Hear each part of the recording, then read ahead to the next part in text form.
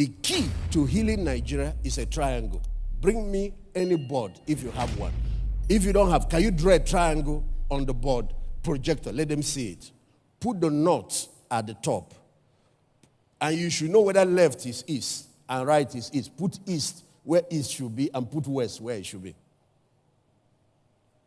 There is something that many of our people, including leaders, have not learned.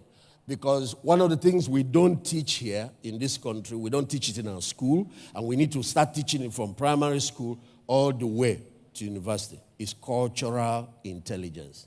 You grow up, all you know is your own tribe, your own culture. You will die a small person. The present world we're living in requires everybody to build cultural bridges, to go beyond your limited world and understanding. The key to healing Nigeria, okay, take your board. Let me just use 3 men. It will just be easier for me. As I talk now, be putting in there. Three guys come. Maybe it will even be nice to see. Can I get somebody from the north here? Anybody from the north? Oga, please come. God bless you. Give him a big God bless you as he comes. God bless you, sir. I wish I can put cap on your head so that, that represent. I wish I can get somebody. Can I get somebody from the southwest here? Please come, sir. I think we might need to. Should we go up? How is that for? I want the whole country to see this. Come on, my dear. Come, sir. Come, sir.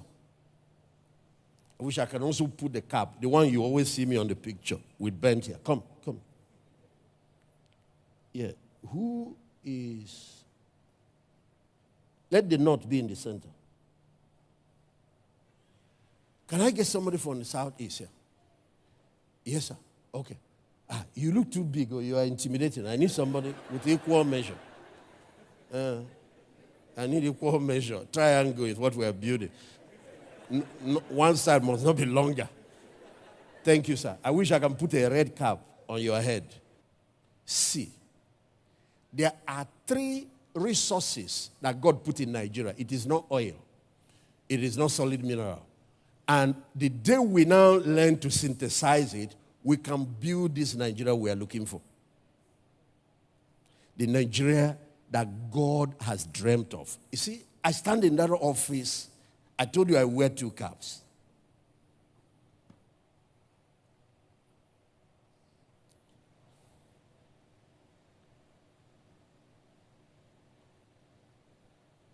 You see, the first, let me start with you because you're closer to me here, is the pioneer spirit, the enterprising spirit of the Southeast.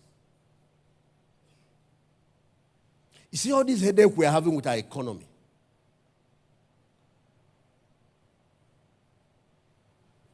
Then the management and the leadership wisdom of the Southwest. Because you see, those groups can pioneer and build, go and sustain wahala. Go there, you will see burial grounds of companies, industries. Where is Ekenedi Chukwu? Where all those billionaires emerge? And the thing, some of them, it dies while they are alive. The ones that try, the moment they are dead, that is it.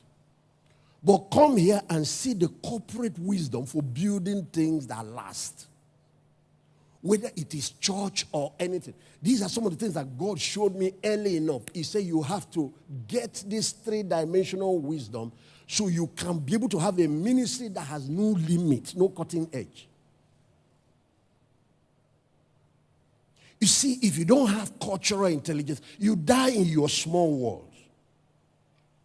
Because of hatred, racism, tribalism, you're not able to harness other resources. Do we do tribalism when it comes to oil? We don't care. It comes from South and we all want it because it powers all our engines, all our generators. Solid mineral comes from the north. We take it. All the things that come out from South, we don't care. See, why are we caring about the quality of human resources that God has blessed us with? God created Nigeria, He built it on diversity to make it a nation that will be able to catch up with US and beat US. And that's the same secret that built the United States.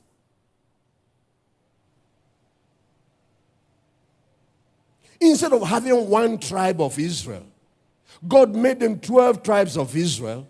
And later, he allowed some Egyptians who saw the signs and wonders that Moses did. You call them mixed multitude.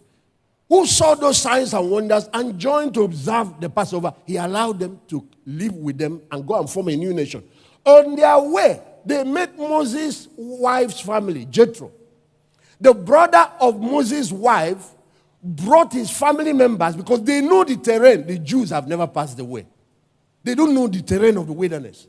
So they were the ones, because these are nomadic like our Fulani people that know the forest, and they are the ones. So it says God uses the supernatural and the natural. You know what, you read the Bible, you think it's just the glory crowd guiding them. No, they found a nomadic tribe that knew that wilderness journey very well. And that's where Moses married into. So they brought his whole family and joined them and helped the Jews to finally get to the promised land. Do you know what happened? When they finally got to the promised land, Joshua said, instead of you going back to the land of Midian, we're giving you possession and citizenship and fura. A whole tribe settled, and guess what? They settled in the land of Judah, the leading tribe. Now, you keep seeing this all through the Bible, that the Jewish nation is not one people group. The original man came from Iraq. His name was Abraham. He was an Arab. But after marrying a Jewish sister like him, that's Sarah, he went to Africa to get his second wife.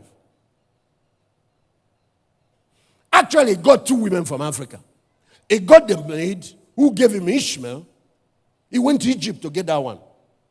Then he came to Africa proper to get a black woman that gave him 6 children. Her name is Keturah. So now, these people started populating. Remember that Sarah only gave birth to one child.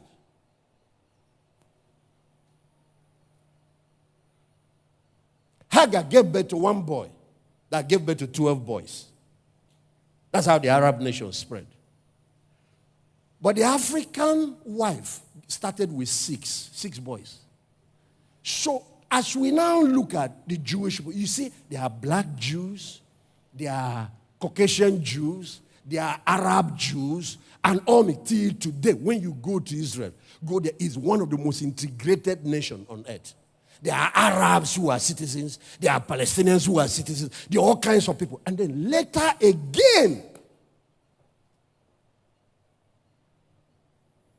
after they were carried to captivity in Babylon and all that, a number of them through marriage got into, and when they came back, it was now mixed tribes, mixed people of all races. They are the ones that they call the Samaritans that form that southern part near the Galilee River. I have been there.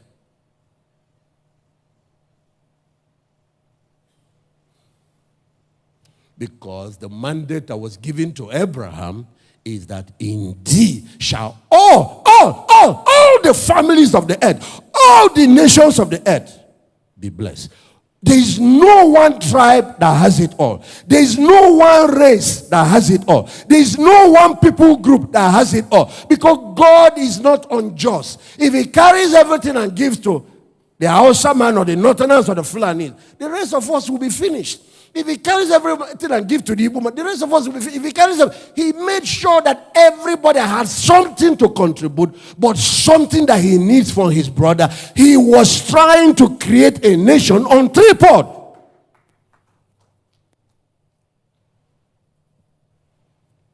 Let's outgrow these things, these challenges we have had for the last 60 years.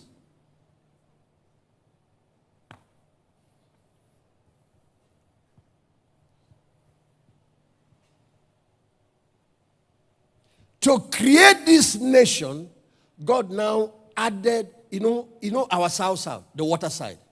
That's where our, what they call the cultural. Okay, what are these 3 before I tell you about that? These 3 is, first, the enterprise wisdom of the East. It's the pioneer spirit. That thing that the Jews have is there. And if you notice, you also find other things that he put along with it. industrialization and all that.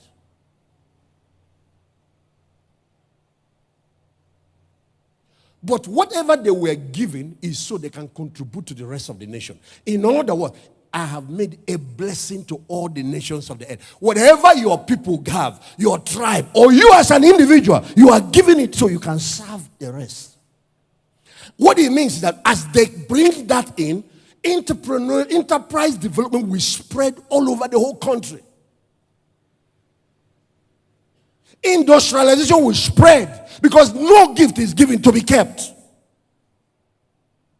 You see, like Southwest has cocoa, Southeast had palm plantations, but a person can come from here and go to the east and carry those seeds and plant all over here, and you have the Southwest version of palm plantation. And then the same way they can carry cocoa and go and create the Southeast version of cocoa plantation. And then we go to the north and take granite, and then everybody has it. This is God's intention. Somebody will come here, take our cocoa, take to the country, go and grow, and we that own it are held back through tribalism and nepotism and all kinds of confusion, cultural illiteracy that is in our heads.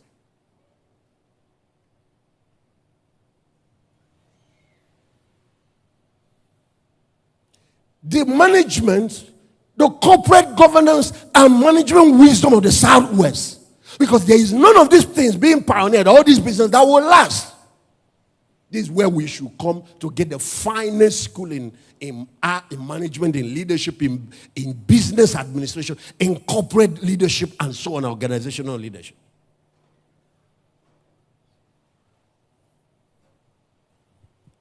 If you look at some of the top 3 skills he deployed, one of them, I wrote it and sent to our people. I said, because this is the word God gave me. Okay, this one I can share. He said at the end of the day, the next president is going to be a product of 2 things. I said, what? He said, be watching the word honor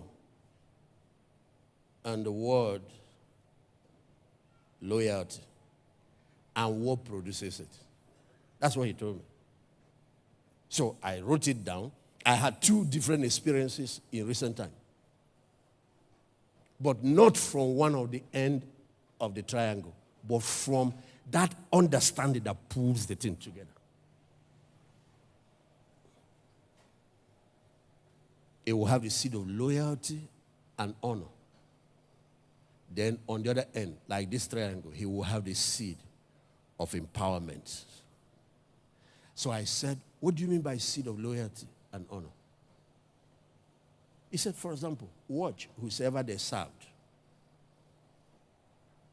before they got there. Watch. There are a lot of lessons to learn from everything that is going on, because you guys are going to be the next. When we talk about dominion mandate, we are not joking.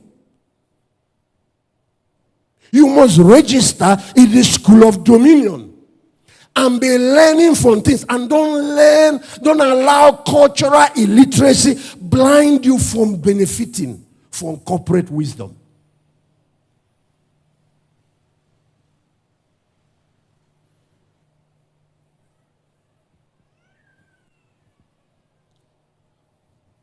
Because not all the things are good to follow us into the future. Like the aspect where loyalty is now buying and selling. No, it's not that type. It's not that type of buying and selling. We are talking about loyalty that comes as a result of investments and impact you have made in people. People you have raised, people you have empowered. That will pay you more than the money they share on the day of election. You won't have to spend as much as the opposition.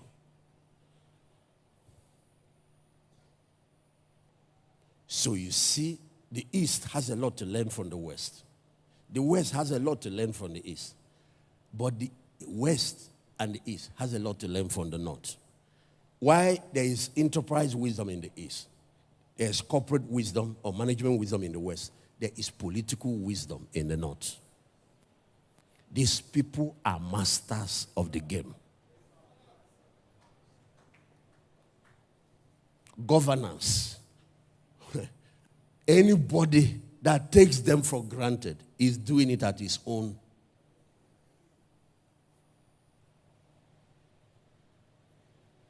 Three of you hold your hand and form a circle. This is what God wants to see now. You form a circle.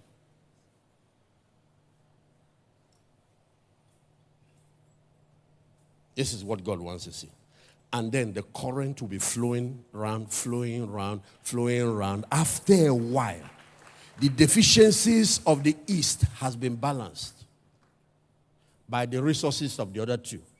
And after a while, the deficiencies of the North. Can't you see our Algeria and see them is the biggest? When you hear that Nigeria is the poverty capital, it's the North that is dragging us behind. In case you don't know, it's the North. Why? Because of neglect of human capital. That's where you see human resources wasting like nothing. The deficiencies of the North will be balanced by the resources of Southwest and South. Those who are in the North opposing missionary activities, you're opposing development. Because they are the only ones who can come build these schools without asking government for money. Build your NGOs, build your hospital, educate your youth, educate all that. Stop attacking God's people. And get an understanding of brotherhood. That's what Africa needs. To leave the third world status and move to first world. I believe in a type of Islam, the type I go to Dubai to see. The type I see in Qatar. The type I see in Oman. The developmental side of Islam that can turn around this country.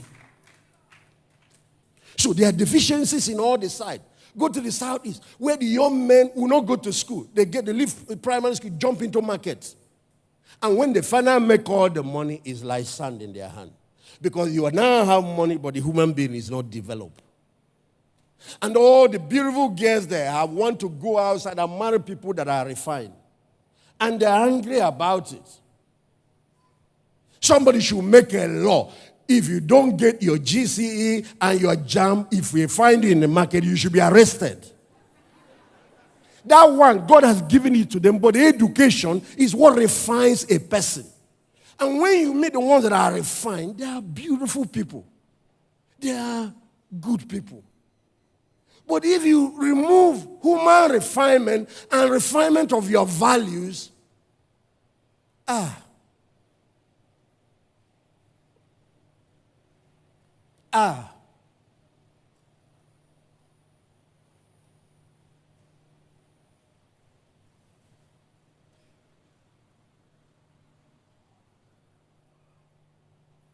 it comes to Southwest where there is a lot of educated people. Chief Ogbueli laid a very good foundation, but yet a lot of poor people. They want to solve this problem. It's enterprise. Enterprise. Harvard University is now studying this enterprise and apprenticeship system of the Southeast. Is now a course. People are taking it, and Nigerians who should benefit first because of tribalism, cultural blindness, are not benefiting.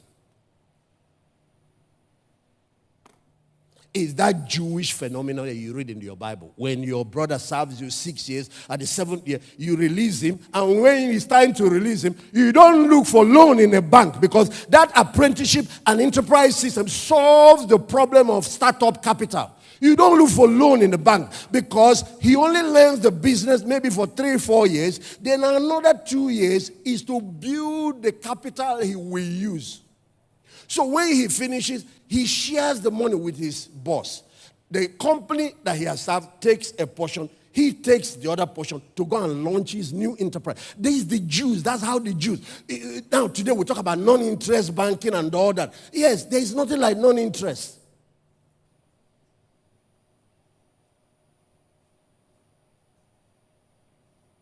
We can fast-track the development of this country like this. Like this. This deficit of young people out of school can be just like this. But it will require this triangular harnessing of energy.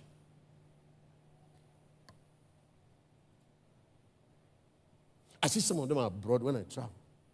And I know that something has to be done about this. Maybe the former generation, last 60 years, we have done that. You cannot let your child again, no matter what it is that he wants to be, let him go through school, get education first.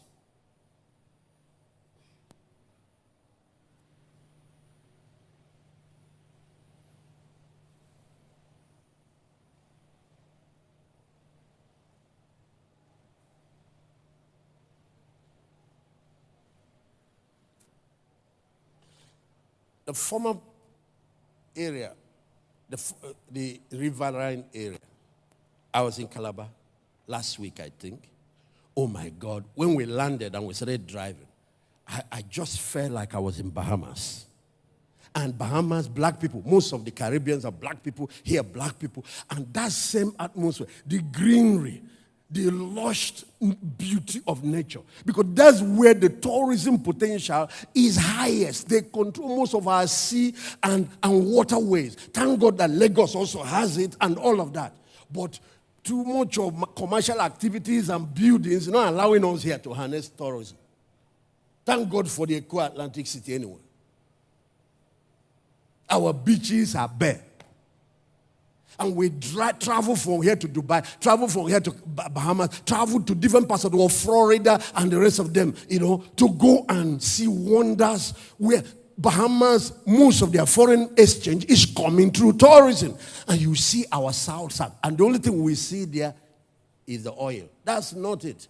South is the spice God put on this tray to keep us.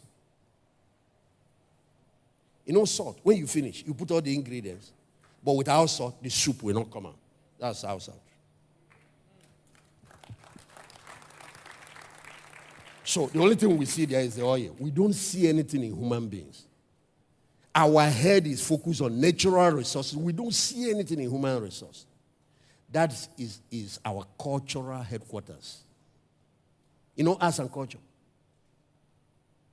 Even when you give birth to a little child now, comedy, entertainment, everybody now wants to be worry boy. Have you noticed that every comedian now goes worry? Music, dances, even when they are fighting. And that's where they did Wazobia for us. They did some form of, I don't know whether it's not Wazobia. They did something for us and created our own version of English. They took what the white man brought one from Africa, mixed it, and came out with a soup. The rest of us can also speak broken. But broken, no, they sweet like the one from South. Hospitality is the home of hospitality. It's the home of culture. It's the home of arts. It's the home of tourism. And there are 100 times, 1,000 times more money in that than in our oil. Thank God for what the entertainment industry, Nollywood, has done. Helped to employ a lot of young people, to take a lot of people out of the street and all of that. We are just scratching the surface. And remember, whatever each group have, they are supposed to give to the rest. You don't enter a soup as salt and keep your salt. No, you contribute that so that the meat will taste well, onumu will taste well, ogusi will taste well, the okra will taste well, the ewedu will be sweet. And then all the other ones bring their own to not, because leave them alone, they cannot make the soup. You want to clap there. Oh.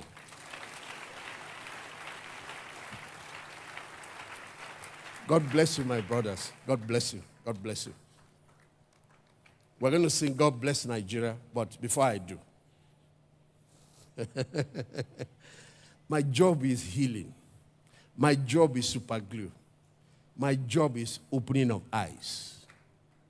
My job is to get us where we launch a love revolution so that the things written in our national anthem can become real. Unity, peace, prosperity, and all of the other elements, justice, and the rest of it. Because to get peace, you have to have justice. To get prosperity, you need peace. So justice will create peace, and peace will create the environment for prosperity. Is somebody hearing what I'm saying? This is June 12th service, so don't look at me. Why is the P talking to us like this? I came here to be healed. You will be healed. But if you are sick, you have headache. The aircraft you are flying in has headache. We need to treat the aircraft first. Because even if we treat you and the aircraft crashes, you will still die. And more people will die. So when you are in a country, that's an aircraft. And this one we are traveling in is carrying 200 million people. Do you know any Boeing or Airbus that can do that? We have to make sure that this thing is serviced and that it flies well and lands what? Well.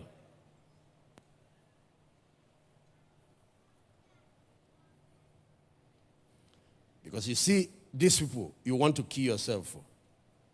If anything starts, they are the ones that have parachutes. These elites, these politicians, they will ignite their parachute and jump out. You are the one that is left there sitting in a crashing plane. And so we're not going to let it crash. Can I hear an amen? Oh. I need to hear an amen. I hope you are hearing my proverbs.